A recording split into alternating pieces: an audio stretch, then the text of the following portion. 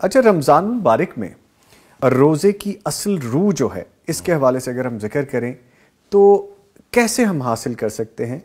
ایک تو ہم اپنی ٹرانسمیشنز میں ذکر کر رہے ہیں کہ روزہ رکھا جائے، روزے رکھنے کے ساتھ جو باقی معاملات ہیں وہ ادا کیے جائیں۔ کچھ دیر پہلے ہم نے یہ بھی گفتگو کی کہ دکاندار حضرات یا جو کاروباری حضرات، ان کا یہ معمول ہے کہنا کہ اگر ہم جھوٹ نہیں بولتے تو ہمارا کاروبار نہیں چلتا۔ ایک طرف روزہ ہے، رمضان کا یہ بابرکت مہینہ ہے، اللہ تعالیٰ کے احکامات، دوسری طرف ہمارا اپنا یہ طرز عمل ہے۔ دیکھیں، جب ہم روزے کی حکمتوں کی بات کرتے ہیں تو صبر، روزہ صبر سکھاتا ہے، اور حدیث میں آتا ہے وہ شہر الصبر، یہ صبر کا مہینہ ہے، تو یقیناً صبر سکھاتا ہے۔ اور اگر ہم روزے کا جو سٹرکچر ہے اس کو اگر ہم سٹڈی کریں تو اس سے بھی پتہ چلتا ہے کہ دیکھیں، فجر سے پہلے آپ نے جو کچھ کھانا ہے کھا لینا ہے، پھر جو ہی وہ وقت ہو گیا تو بس کٹ آف، ایک دم ایک لمحے میں ہی جو ہے نا آپ کی ساری وہ ٹائم فریم ہے، آپ کا ٹائم فریم ہے، وہ کٹ ہو جاتا ہے۔ پھر اس کے بعد آپ کو جتنی مرضی بھوک لگی ہو، جتنی مرضی پیاس لگی ہو، صبر کرنا ہے۔ تو یہ ایک پیشنس سکھاتا ہے کہ آپ نے افطاری تک جو ہے وہ ہر طرح سے، اور پھر صرف یہ نہیں ہے بلکہ باقی کیفیات بھی، جب آپ کسی کے ساتھ آپ کی لڑائی ہوگی، نبی پاک صلی اللہ علیہ وسلم لڑنا نہیں ہے بلکہ آپ نے کہنا ہے کہ میں تو روزے سے ہوں، اور اس طرح سے باقی اپنے پورے جسم کو اور پوری اپنی جو آپ کی کیپیبلٹیز ہیں یا آپ کی جو صلاحیتیں ہیں ان کو بچا کے رکھنا ہے، اور ہر ایک کو کنٹرولڈ استعمال کرنا ہے۔ تو یہ روزہ اصل میں یہ سکھاتا ہے۔ جب آپ اس طرح کی چیزوں کو مزید میں عرض کروں کہ سٹرکچر کو سٹڈی کرتے جاتے ہیں تو اس طرح کی اور چیزیں نکلتی آتی ہیں کہ یہ روزہ یہ بھی سکھاتا ہے، روزہ یہ بھی سکھاتا ہے۔ لیکن سب سے بڑی بات میں یہ سمجھتا ہوں جو ان ساری چیزوں کے اندر آ جاتی ہے وہ ہے جو قرآن نے بتا دی۔ قرآن نے کہا لعلکم تتقون، یہ روزہ جو ہے تمہیں تقوی سکھاتا ہے۔ اور تقوی کیا ہوتا ہے؟ تقوی کی ساری تفصیلات سے قطع نظر، تقوی یہ ہے کہ آدمی کے اندر ایک احساس پیدا ہو جائے، اور وہ احساس اصل میں دوہرا احساس ہے، کیونکہ نبی پاک صلی اللہ علیہ وسلم نے فرمایا تقوی ہا ہونا، تقوی یہاں ہوتا ہے، التقوی ہا ہونا۔ 3 دفعہ آپ نے اپنے سینے مبارک کی طرف اشارہ فرمایا کہ تقوی دل میں ہوتا ہے، اور دل میں کیا احساس ہوتا ہے؟ تو ایک دوہرے احساس کا نام تقوی ہے۔ اس کی ایک پرت یہ ہے کہ انسان کو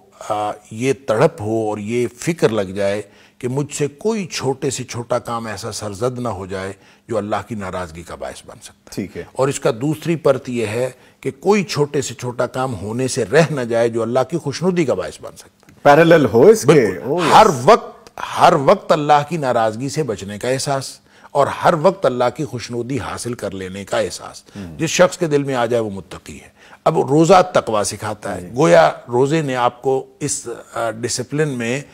پابند کر دیا کہ آپ نے ہر وقت اللہ کی ناراضگی سے بچنے کا احساس اور ہر وقت اللہ تعالیٰ کی خوشنودی حاصل کرنے کا احساس پیدا کرنا ہے، اور یہ روزہ اس میں سب سے زیادہ یہ احساس روزہ پیدا کرتا ہے۔ اور دیکھیں، تقوی جو ہے وہ ساری عبادات پیدا کرتی ہیں، یا ایھا الناس اعبدوا ربکم الذی خلقکم والذین من قبلکم لعلکم تتقون، ساری عبادات تقوی پیدا کرتی ہیں، یعنی یہ احساس پیدا کرتی ہیں۔ لیکن سب سے زیادہ یہ احساس پیدا کرنے والی جو چیز ہے وہ تقوی، وہ روزہ ہے۔ روزے کے ذریعے سے سب سے زیادہ تقوی پیدا ہوتا ہے۔ لہذا جو لوگ یعنی رمضان کے روزے رکھتے ہیں، میں اس طرف آتا ہوں آپ کے سوال کی طرف، جو لوگ رمضان کے روزے رکھتے ہیں اور پھر اس کے ساتھ نفلی روزوں کا اہتمام کریں، جیسے سوموار اور جمعرات کا روزہ ہے، یا پھر ایام 20 کے روزے ہیں، 13، 14، 15 جو چاند کی تاریخ ہیں ان کے روزے رکھتے ہیں، جو لوگ نفلی روزوں کے پابند اپنے آپ کو کر لیتے ہیں تو وہ اللہ تعالیٰ ان کو تقوی عطا فرما دیتا ہے۔ اور یہ جو آپ نے کہا کہ ایک طرف روزہ رکھ رہے ہوتے ہیں اور ایک طرف جھوٹ بھی بول رہے ہوتے ہیں اور یہ بھی کر رہے ہوتے ہیں وہ بھی کر رہے ہوتے ہیں، تو میرے خیال ہے ہم سب جو ہے نا بحیثیت مسلمان ہم اسلام کی روح سے ہی دور ہیں، اسلام کی روح سے دور ہیں، یا پھر ہم روزے کی روح سے دور ہیں، رمضان کی روح سے دور ہیں۔ جب ہم اس کی طرف پہنچتے ہی نہیں تو اس کا کیا فائدہ؟ دیکھیں اسلام کیا ہے، اسلام کے اندر ہر چیز ہو سکتی ہے، مومن کے اندر سارے معاملات خرابی ہو سکتی ہے، جھوٹ نہیں ہو سکتا۔ مومن ہے تو جھوٹا نہیں، جھوٹا ہے تو مومن نہیں۔ جب وہ جھوٹ بول رہا ہے تو اس کا تو ایمان کے ساتھ تعلق، تو کمپلشن ہے، پھر تو جو بالکل کمپلشن ہے۔ آدمی کے اندر ہر اخلاقی عیب ہونا ممکن ہے، مطلب بزدل ہو سکتا ہے، غسیلہ ہو سکتا ہے، ضرورت سے زیادہ کم گو ہو سکتا ہے، بخیل ہو سکتا ہے، کنجوس ہو سکتا ہے، فضول خرچ ہو سکتا ہے، ساری چیزیں ہو سکتی، دو باتیں نہیں ہو سکتی، الا الخیانہ والکذب، خیانت اور جو جھوٹ ہے، یہ دو باتیں نہیں ہو سکتی۔ اب اس کا مطلب یہ ہوا کہ اگر جن لوگوں کی بات آپ کر رہے ہیں کہ وہ تاجر حضرات ہیں یا کوئی یہ جھوٹ بول رہے ہیں، تو وہ جھوٹ بولتے ہوئے وہ تو ان کو روزے کا کیا، ان کا تو ایمان کے ساتھ تعلق نہیں ہے، لہٰذا یہ جو تاجروں کے بارے میں تو مجھے ایک حدیث یاد آ گئی، ترمذی شریف کے اندر حدیث ہے، نبی اکرم صلی اللہ علیہ وسلم نے فرمایا ان التجار هم الفجار، یہ جو کاروباری ہیں نا یہ سارے جہنمی ہیں، فجار ہیں۔ فجار کا مطلب ہے بہت زیادہ گناہگار، اور فجار کی اصطلاح قرآن کی ہے، اور قرآن نے یہ کہا ان الفجار لفی جہیم، جو فجار ہیں وہ سارے جہنمی ہیں۔